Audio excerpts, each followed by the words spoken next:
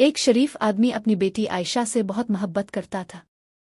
جب عائشہ کے ماموں نے اپنے بیٹے کے لیے رشتہ مانگا تو شروع میں گھر والے خاص طور پر عائشہ کا بھائی راضی نہیں تھا، لیکن ماموں بار بار گھر آتے، محبت اور خلوص کی باتیں کرتے اور لوگوں کو بیچ میں ڈال کر آخرکار سب کو منا لیا۔ پھر دھوم دھام سے شادی ہو گئی۔ شادی کے شروع کے چند دن تو بہت اچھے گزرے، مگر آہستہ آہستہ حقیقت سامنے آنے لگی۔ ماموں اور ممانی جو پہلے بہت محبت جتاتے تھے، اب ہر بات پر عائشہ کو تانے دینے لگے۔ کبھی اس کے کپڑوں پر اعتراض، کبھی اس کے کام پر۔ عائشہ خاموشی سے سب برداشت کرتی رہی۔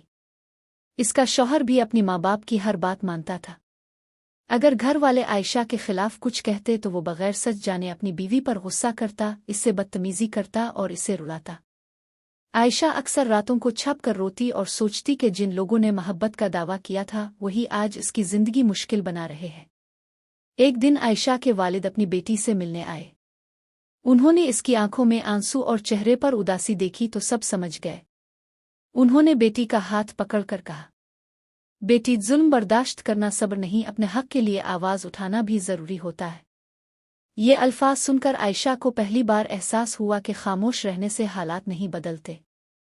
پھر اس نے عزت اور حوصلے کے ساتھ اپنے حق کے لیے کھڑا ہونے کا فیصلہ کیا۔